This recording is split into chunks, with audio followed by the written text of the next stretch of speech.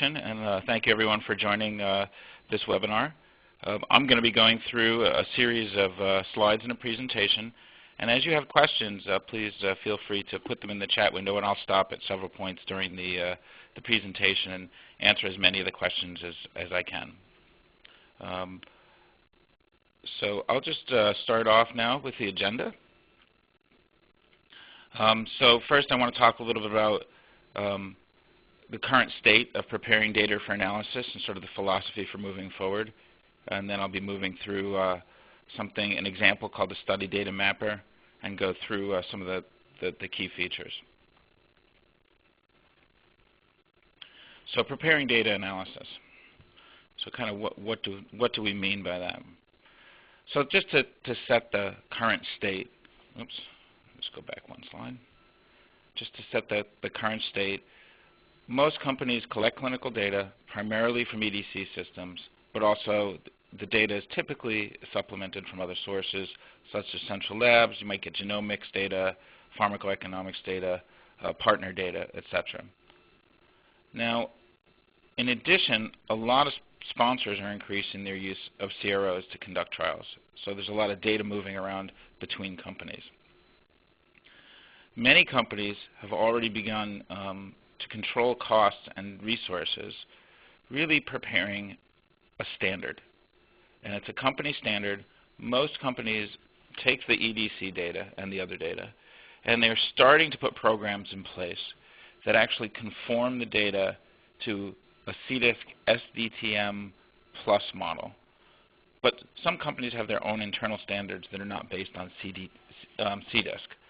But what we're finding in our experience is that most companies are taking their data, and rather than at the end of the process, at the beginning of the process, right after data collection, they're actually conforming their data to a standard, with the goal being that after that conforming step, they're able to reuse analysis programs, analyses from other studies, and then the amount of custom programming for each study goes down dramatically. The only issue is that this preparation of the standard is very labor intensive. And so what many companies have found is they've moved the work to the front of the process, a little bit more to the front of the process, and that's given them efficiencies overall, but the feeling really is that it's still pretty hard to do. This philosophy or approach for conforming the data is part of a much bigger clinical IT architecture.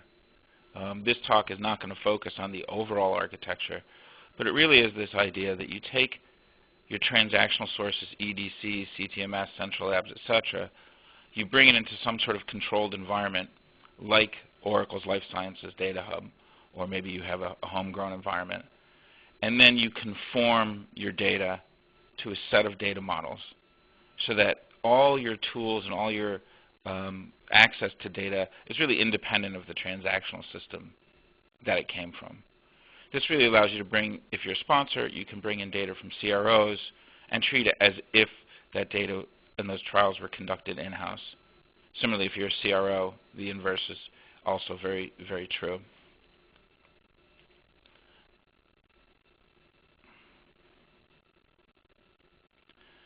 So let's talk a minute about preparing this standard. And I'm going to talk about CDISC SDTM+. So SDTM+ means in order to define a company's standard of their conformed model of what they're going to build their analysis on, typically you have to have a data model. And many companies start with CDISC SDTM as the foundation for their data model. But CDISC SDTM is not designed for ongoing trials. It's really designed for reporting trials when they're closed or when they reach a certain milestone. And it doesn't really help you conduct the trial. So most companies need to extend the model, put in data cleaning questions. Maybe they always want to keep the raw values, even if it's being translated, say, into a CDISC code list. They want to carry these extra variables around so that they can do their analysis and reporting in a more thorough manner as the trials are actively being conducted. So that's where the plus comes from. But in order to prepare this conformed model for each trial, what has to happen is somebody in the process has to specify this was the structure in the EDC system, or in the labs, or in the delivered files, and this is the target structure. And they have to go variable by variable and specify, okay, subject initials in the source goes to subject initials in the target. Study in the source goes to study in the target. And for those of you that have actually tried to do this, you realize it's far more complex than that. And we're going to go through some of the mapping scenarios. Now what happens is once the specification is written, typically in Excel, but maybe using some other tool, then the programmers hit it. And the programmers might be using SAS, or they might be using SQL, or Informatica, or they may be using some other transformation tools, where they're basically saying, okay, I've got the specification, now I'm actually going to start implementing that mapping. Now, many of the mapping tools out there require that for you to reuse a mapping program from a previous study, it's experience-based. So there's no systematic way to search through all the previous studies and find mappings that were the same or close to the same and reuse those. And those subtle differences from study to study mean that you rarely have exact matches. It's only if you have exactly the same CRF page do you really have an exact match from source to target. So it's all of these steps, these 4 steps, that really introduce a pretty high labor cost and resource cost up front in preparing this. Once this SDTM Plus is prepared, it does in fact give savings in the long run.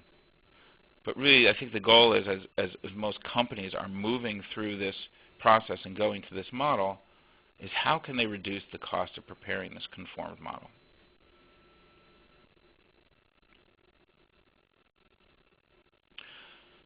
So at BioPharm, and I know at several other companies, we think there's a better way to approach this. The specification is still required. So it's the nature of the business that you have to specify the mapping from raw to target. Unless you've built your EDC system to directly generate SDTM Plus, which very few companies have been successful at, you're going to have to specify a mapping. That standard, that SDTM Plus standard, not only does SDTM change, it changes very slowly over time, but the plus part actually changes and evolves over time. So as you enter more and more areas of efficacy, you have more and more measures, your model needs to change and grow over time. But once that specification, if it's very, very clear, that specification, in the ideal world, you shouldn't have to program it. You've already supplied enough information in the specification, A, to be reviewed by humans and actually agreed upon that that is the correct mapping. But B, if it's a very clear specification, in theory, you should be able to just have a computer build the code for you, which takes one very large step out of the entire process. In addition, if you could computerize all your specifications, you then could start searching through those specifications using a metadata search. And in fact, then you can take a new study structure and electronically compare it to old study structures. And you can actually go and pick out the mappings that you've done before that are maybe not exact matches. So the way to get the efficiency is to maximize reuse from previous studies and to not have to write the code by hand. And we think this is possible. If you can achieve this, the actual skill set you need to prepare the mappings is changed from a programmer to a data analyst. So if you're currently having your statistical program and your data manager and your study builders all working together, the tilt is more towards understanding the study structures than it is towards programming. And BioPharm has built a software product that's an example called the Study Data Mapper that's an example of implementing this new approach. There are other companies that have built mappers out there as well. I'm going to talk about the BioPharm one as the principle for moving forward. So let's take a little bit deeper look into that. So let's see. So what is this study data mapper? And this is an example of how to achieve this other type of business process. So this specific one is a standalone software application for managing structures used for conducting clinical research. So it's not specific to studies, but it's any clinical data. It also maps the transformational structures. And it's important that managing the metadata and the structures and the transformations sit side by side. And it's designed so you can actually reuse standards and transformations from study to study. This has been co-developed with Icon Clinical Research and BioPharm Systems.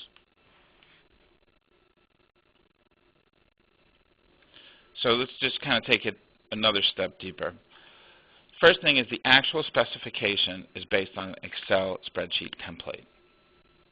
Now, for those of you that are SAS programmers and have a programming background, Excel is not ideal for programmers. But it truly is the mechanism that is used in our industry for communicating data structures and mappings. The reason that Excel is so popular is pretty much everyone has it, and most people know how to use it. And in fact, it's an excellent communication tool. But Excel is not a place to store lots and lots of different studies worth of data. It's just a specification for a single study. So that spreadsheet and the information in the spreadsheet is stored inside a database. And once all that information of the specification is stored inside the database, there's a computerized code generator that actually builds out the code for the mappings. And since we are in the clinical space and also just good practice, it includes features such as version control, standards management, and validation management. This is something that's been designed specifically for preparing data for analysis and reporting. So it's not a general purpose tool like Informatica that you're just applying to the business process. So it really directly assists this process. This, in fact, would work for any trials from any source to any target. But for the purposes of this discussion, we're going to talk about SDTM+. But there's no restriction. Now, the study data mapper that I'm talking about today actually is taking a different approach than most of the other tools out there. Most of the tools that are out there right now really focus on taking groups of questions that have a specific medical meaning and then trying to bring them all together based on their medical meaning. Now, in principle, that's a great idea. But the reality is it requires too much expertise to handle the workload that's involved in most companies. So we've taken very much a business process-focused approach. The idea really being is just take the structures, the table structures that you've got, and map them into your standards. That does mean that you're not necessarily from study A to study B. The way you map blood pressure may not have the same medical meaning. It just means that you've got it into the same target shape, which is not ideal, but it is pragmatic. And we feel this really allows this to be a very scalable process. So for example, if I saw in a previous study I had systolic and diastolic in position for my blood pressure, that should automatically map to the standard. And it really has no concept of the fact of what blood pressure is and what its medical meaning is. So the process is fairly straightforward. You go into your Excel spreadsheet, you specify your mapping. First you specify your metadata, so what are your sources and targets? Then you specify your mapping between the sources and targets. It doesn't have to be complete because it's an iterative process. You upload it to the software application, the web-based application. That automatically gets stored under version control. At that point, you can push a button and the code gets generated. You can then execute that code locally in your environment and verify whether your mappings were successful or not. Optionally, there's the ability, because everything's stored in a database, to actually compare your current sources and targets with previous sources and targets, which will assemble part of the spreadsheet for you and then let you further specify and complete your mappings. So really, you sort of go through this loop of running, furthering your specification, running, furthering your specification. So that's really the concept of the process. And the idea really is, if you're a house that does validation with dual programming, then you could have two people specify mappings independently, but then compare the resultant data sets of the generated code. So you can have your full validation life cycle without actually writing the coding. So at this point, I will stop for a question. I have a question that says, would this work for mapping old completed trials that predated SDTM, but would be part of a submission? And the answer to that is yes. There's no specific tie to SDTM. It's just a source to target mapping of groups of tables. And when I go through the component overview, it shall become clearer. I tend to use anything for the source and SDTM plus for the target simply because it's easy to speak about, because most people do understand about SDTM. But any company standard, any target structure that you have is eligible.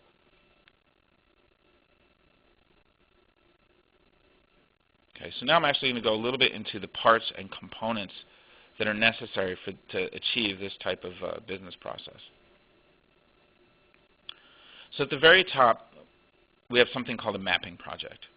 And basically this is a list of the source tables, the target tables, and the relationship between those tables. So the mapping project may just be your standard. So it may not include any mappings. It's just something that you're going to share with all your other mappings, which is, this is my company's standard data model. It might actually be a specific study in how you're going to map that to CDISC SDTM. But you're not bound to SDTM. For example, you may want to pool multiple studies together. And that's also a mapping specification, because you're going to pool them to a common model. You could use the study data mapper actually to just map the pooling and have it generate the pooling code for you. In this slide, you see in the Excel spreadsheet how you define the mapping project. So it's fairly formal. You give it a name and a description. In this case, the sponsor field is exposed for CRO use. But you can put your program name and your study name and those types of things. So this is one tab in the spreadsheet.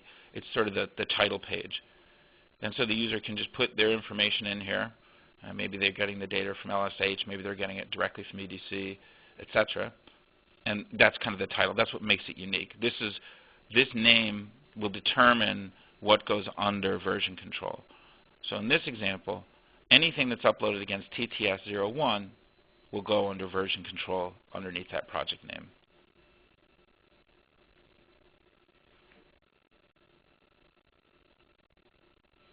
So the next thing really you have to do is, once you've just set up the mapping project, is you have to say what are your structures that you're going to work with. And those are called table sets. Table sets are just groups of table definitions. So for sources, typically this would be all your EDC tables, and it might be your central lab tables, and if you have any other special data coming in, it will be a table set for each one of those primary sources.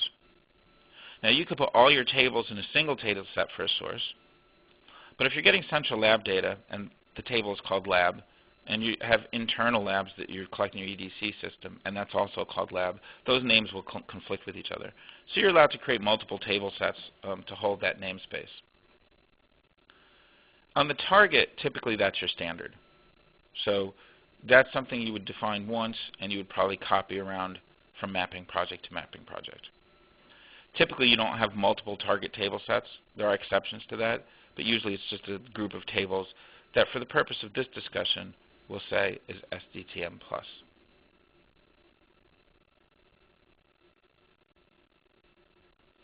And those tables are, in fact, those table sets are just groups of tables. So I'm not going to go through all the information on the slide here, but basically it's a data set, it's an extract, it's any kind of data model. So how do you specify that? So again, as part of the specification, you say, okay, I've got the following tables, DM, VS, whatever they are, and you list out their variables. Now, one of the things that's important is when you list out the variables and the tables, this system, as currently built, has extensive metadata well beyond what you would find in a normal system, such as LSH or something like that. Those systems have enough information to structurally build the tables. And in fact, this system is really meant to be a metadata repository for all of your studies as well as your standards. So it has information beyond just order and label and length and precision. But it has things like, is it going to be in my final SDTM? Is it going to be part of supplemental qualifiers? What's the CRF location? What's the CRF note? So that, in theory, you could build a define.xml directly out of the metadata that you're supplying here. So it's quite extensive, the metadata that's there. And the concept really is that you build both the source and you will build the target. The target may be copied from your standard.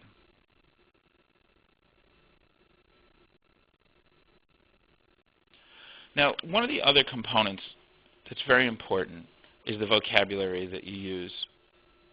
And those we call value lists. So a value list is just a named, ordered list of possible values. And I think most of you are probably familiar with the concept of a value list. It belongs to a table set, but it doesn't necessarily belong to a specific table. So you might want the code list for severity. Now, obviously, that goes against the adverse event severity code, but you might use that code list somewhere else. Yes, no, etc., race. So what happens is you define all your value lists, and then as the attribute of a variable, you basically say, okay, I want that value list to be used against that variable. And that's part of how you build up your metadata model, source and target. Now, the reason you need these value lists is several. First of all, when you're doing any regulatory reporting, even if you didn't use all the values in your value list, if that value is on the CRF, you need to report it as part of your define.xml. Second thing is you may want to do some proc formats. But the third reason is very often the value lists that are used for a particular variable in your standard structure are different than the value lists that were on the CRF, in which case you're going to have to map or assign in the target what is the equivalent value from the source.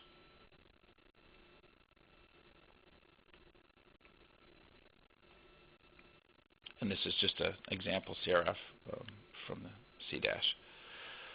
I have one question here. It said, would this work for mapping? Oh, no, I already answered that question. Sorry. Continue on. Okay, so now what you've got defined is the source data structures. So you have a repository of all your studies, source data structures and metadata, and your target data structures, which in this case, for purposes of discussion, is the standard that you're going to build your analysis and reporting on. Now, that really needs to be the source. Typically you would want to electronically populate, because nobody ever wants to retype the entire extract structure. Fortunately, because this is Excel and because alternatively it's an Oracle database, there are options for directly electronically extracting the source structure from your EDC system and then potentially further supplementing it in the spreadsheet.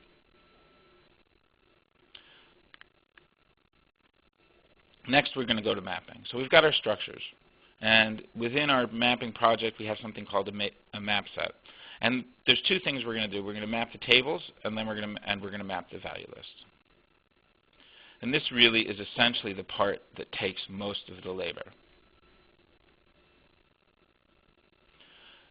So these concepts for this specific product have all been patented, but other tools, because there are other tools that are out there, do things in different ways. We think this is the way that's most focused on clinical trials.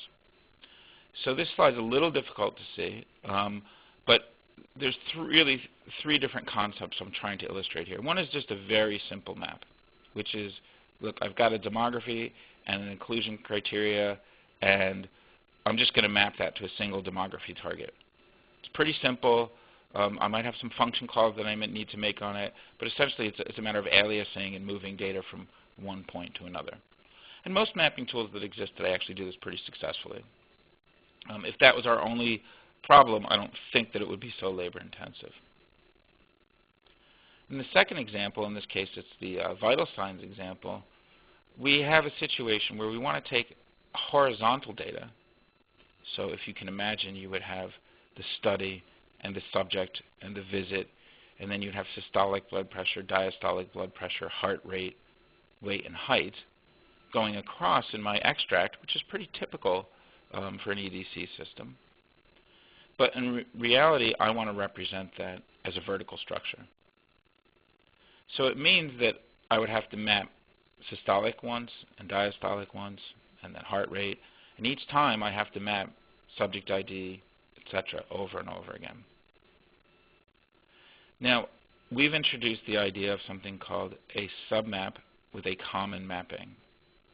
So we have something called a submap group, which collects everything together, and then we have a common mapping. And this would allow you to actually map the subject and the study and the visit once, and then you only have to map by exception, which is I'd map heart rate once and whatever the heart rate and the unit for that, and then systolic and diastolic, etc. once. So the common mapping really allows you to minimize the duplication of effort. And then in other cases, it's even more extreme. You may want to combine into your target results that come from totally different tables that have no relationship to each other. So for example, I might have a lab standard, and I might have my central lab, and then I would have my internal labs. Structures are completely different, source tables are completely different, and so I really just want two separate mappings, but I want them all going to the same target table. So these three combinations can actually be used in any blend or any way that you would like them to in order to just get exactly what you want. And these more complex mappings, the ones where you're going from horizontal to vertical, vertical to horizontal, where you're using common mappings, where you're using disparate mappings, as you would do for, say, the disposition domain, most mapping tools just don't even touch that. That's something that has to be completely custom handled through extensive knowledge of a tool like SAS or Informatica or something like that. Whether you're using proc transpose, whether you're using multiple maplets, whatever technique you're using, there's no built-in idea of this reusability and common mappings.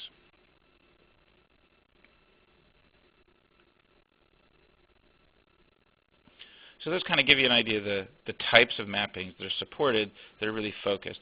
But at the end, you have to map at a variable level. Right? So the way it works is, given a single output variable, you can map one or more input variables. And this is not unique to this tool. Any of these tools will do this. So some very simple examples are, my output, I'm just assigning patient to subject ID.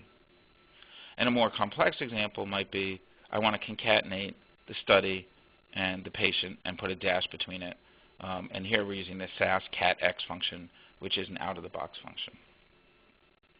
So the specific tool that helps you automate this whole mapping process can take any number and complexity of what are called operators. So in this example, catx would be an operator. So any SAS function plus any SAS macro for the SAS code generation. In addition, to help someone with the mapping, when a human does mapping, they don't necessarily care about data type conversions. Right? If patient was a number and subject ID was character, they don't want to have to convert it in the mapping process. It just gets in the way of the human interaction. So the tool itself is smart enough to take care of data conversions and things like that. In addition, if you are changing vocabulary and terminology, so I've got a code list attached to my source question, and I've got a code list, a value list attached to my target question, if you've mapped those value lists, you shouldn't have to create an if-then-else statement, basically implementing that mapping. So that happens automatically as well. So let's actually look at an example of how some of that appears. Just waiting for the screen to refresh.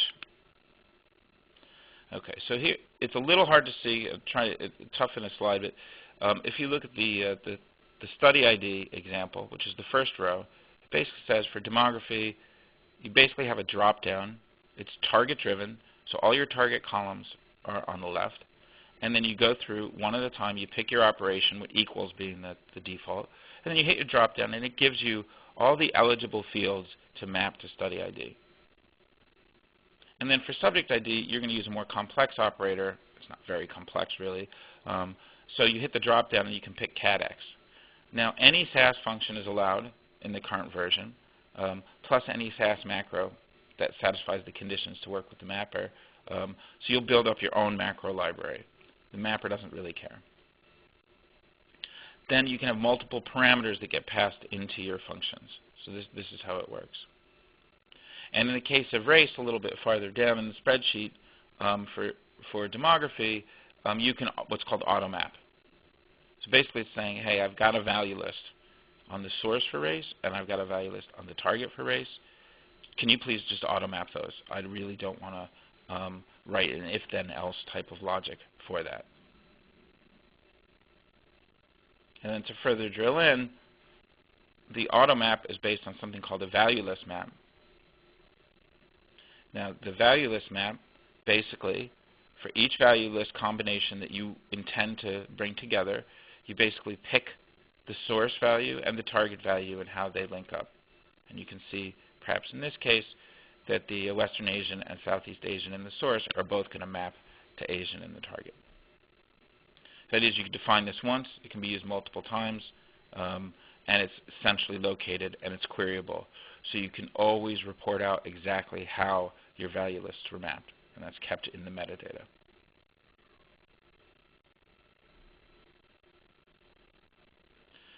There's the more complex case where I started talking about vital signs, where I had keys that I wanted to map once, but the heart rate and systolic and diastolic, I only wanted to map what was different about that. So what you're able to do is in a common mapping, actually specify whatever you want that's going to be shared across the submaps. And in this case, we have things like the visit number and the subject ID and the clinical planned event and the visit date and things like that. Just map them once. Don't have to map them again. And then just for each one of the heart rate, systolic, diastolic, you actually just map what is unique about that. Now, when the code gets generated, it will, in fact, automatically take that common mapping and apply it to each one of the individual maps. So it really reduces the overall effort. So it's kind of much more sophisticated than a typical spreadsheet that I've worked with many companies where they have to fully explain everything in each one of those mappings.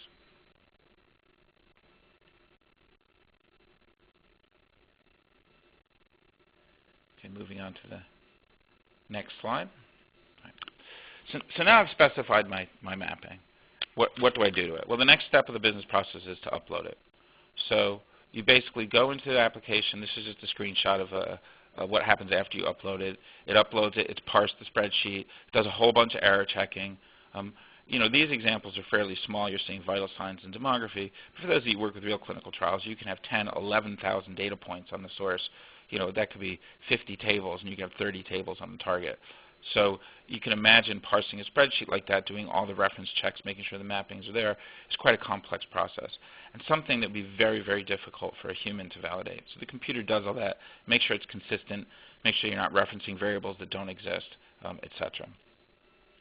Also, because it's Excel, people can actually save as, and then they can turn off data validation rules, and they can, because it's Excel, they can just completely trash the spreadsheet.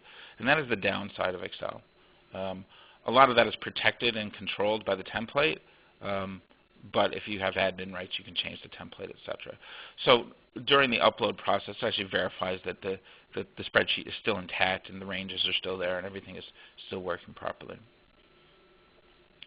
So it actually timestamps everything, puts everything under version control. This happens to be version 1 in this, and parses the spreadsheet, and this stores every single one of these bits of information into a relational database.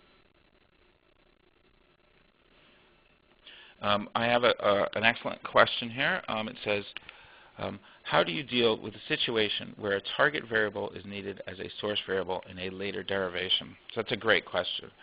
So that can happen in two different ways. One is I need a target variable from one data set or one table to be used as a source variable in another mapping. And this is absolutely fine. So if I have demography first, and in demography I'm reading from my exposure source, and I calculate the reference start date. And the reference start date is put in the demography record for each subject. Then when I'm doing the adverse event mapping, I need to calculate study day. So let's say I have a macro for calc study day. And you have to pass into it the reference start date and the adverse event start date, and then based on that, it would return the study day.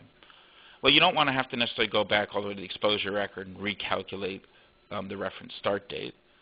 So what you actually can do is you can actually use another table that previously was a target as a source for another mapping.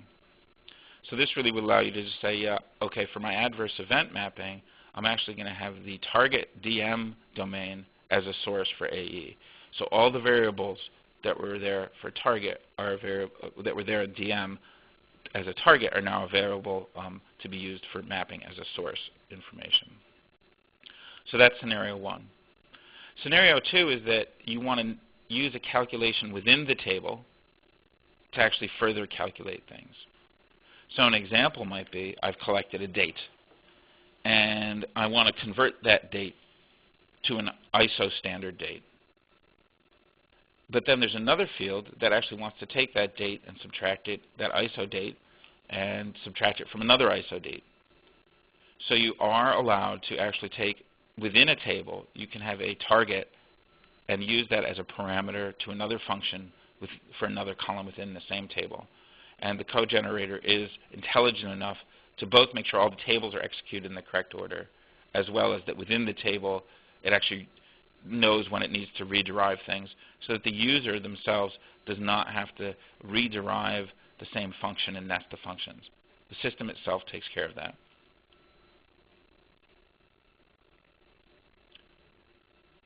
Going to the next one, and I see we have a few more questions. I'll catch up with those as time allows. So I've uploaded my spreadsheet, and then I want to just push a button and generate code. So I think the code generator is pretty fast. So it's completely independent. This is a completely independent application, so it doesn't require SAS. It doesn't require Life Sciences Data Hub to operate. So the idea really is each table map is generated separately as a completely standalone. In the case of SAS code, it's generated as a standalone macro. And then there's a master program that basically calls all the tables in the correct order.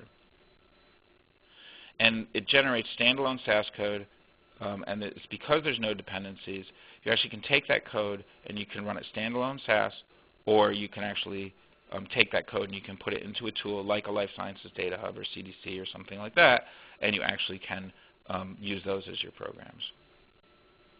It has been specifically architected so that not only in future versions it will not only generate SAS, but it will generate SQL, which there's a typo there.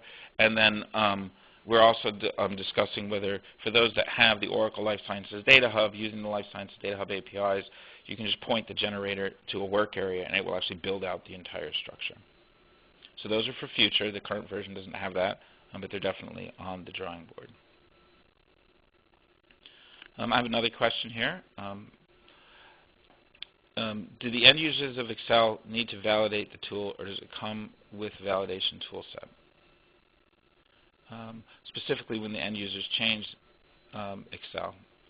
So Excel is Excel, so it's not validated. And people can break Excel. The application itself, we recommend that the code that gets generated is treated as development code, because you may want to further supplement it, and then it actually be treated, okay, instead of validating everything, you need to validate the mappings through some sort of mapping report, the Excel spreadsheet. Someone can inspect it and sign off on it. But then we recommend that you actually generate the code and then do some sort of black box testing. The code will execute.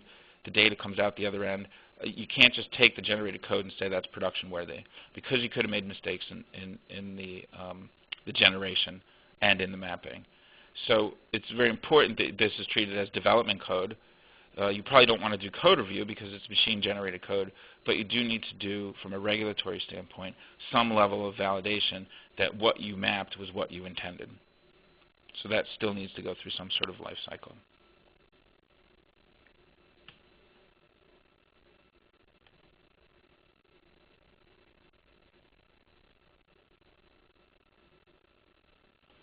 Okay, just go on to the next question. This is just a screenshot of the code generation. I want to talk a little bit about that. This isn't the code itself. This is the screenshot of the code generation. So when you generate the code, it generates quickly. All the code is saved inside the database, but there are a bunch of other checks that are done during code generation. And one of the checks that's done, I think, that's very valuable is it reports back to you exactly what target variables have not been mapped. So you may have in your standard, you may have a bunch of variables that have not been mapped. So it'll tell you what those variables are. Now you can say, for this particular mapping on my target, I don't care about those, so don't warn me anymore. And it'll still list them, but it won't warn you. But it also looks at your source structures and says, what has never been mapped to anything in the source structure? Now if you have 11,000 variables and you're trying to map with a spreadsheet, trying to look for completeness across all the different 30 or 40 tables is very difficult. Now because this is computer generated, you have a mapping completeness report, essentially, that says, look, you didn't take this investigator term and ever map it to anything. Are you really sure you want to do that? And then you can confirm that, and then it will still list it, but it won't show as a warning. So the advantage of having the mapping computerized really gives you a completeness check that's very, very difficult to do manually.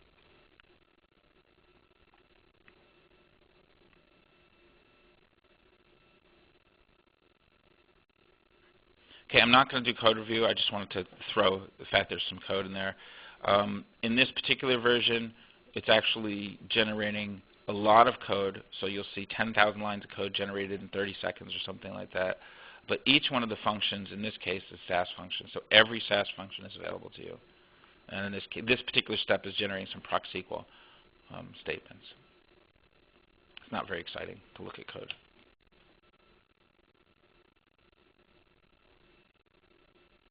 Okay, let's take a minute maybe to talk about a few other key features here.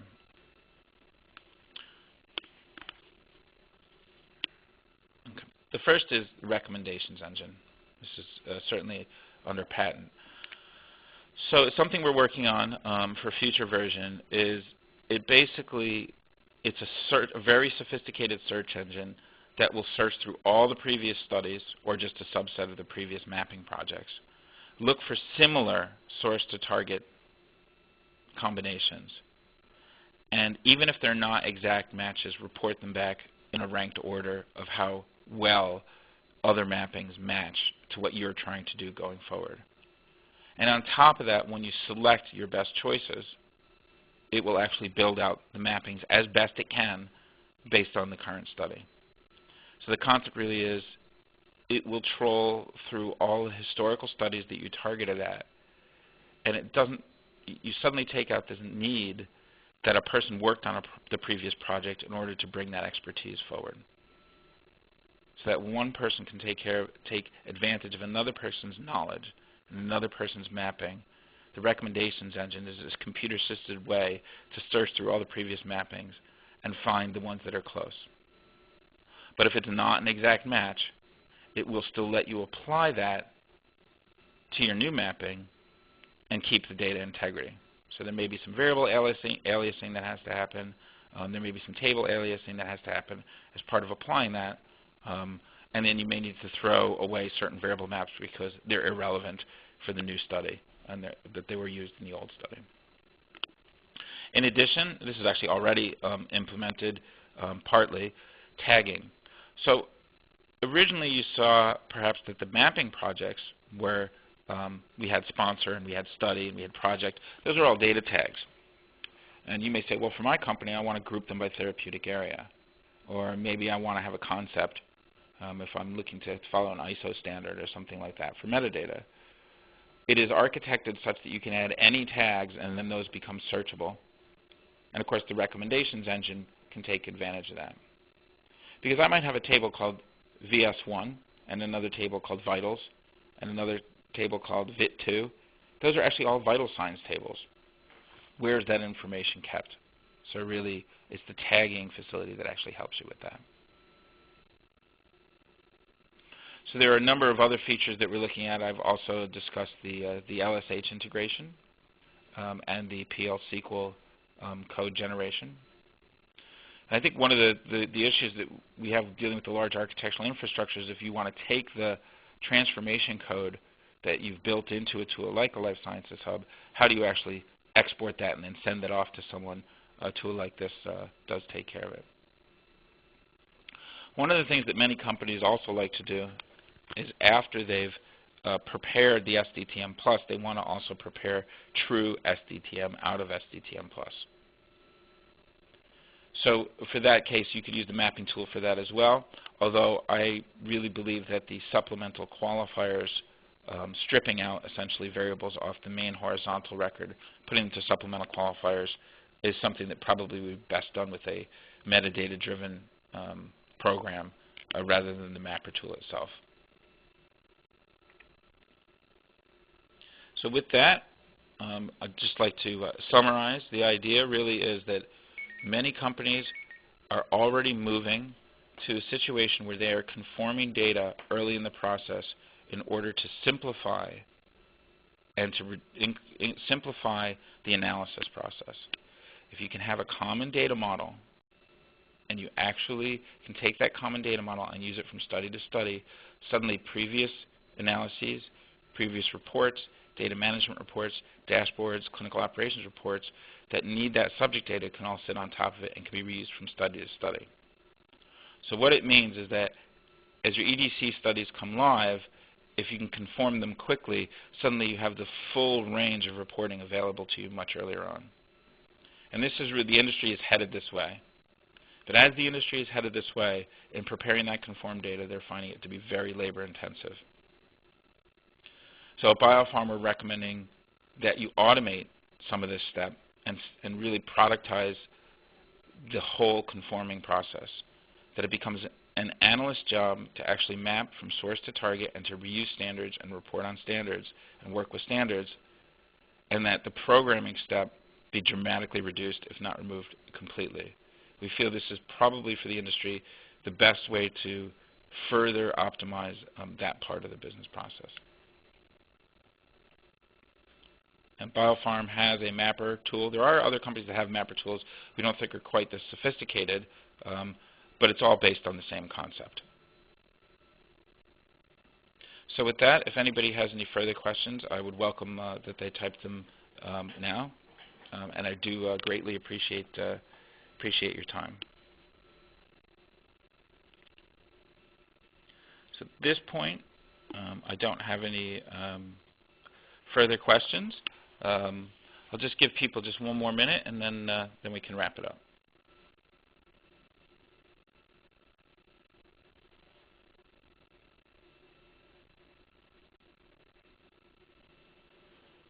Okay. So if anybody has any questions or answers, we've got the contact information here. You've also got the contact information on your invitation. We'd be more than happy to show you demonstrations, have further discussions, talk about capabilities, talk about any offerings or help that you may need conforming your data, not necessarily with the SDMapper, but if you're interested in the SDMapper, that's fantastic. You know, we really have become got quite a strong practice on pulling these types of architectures together. So thank you.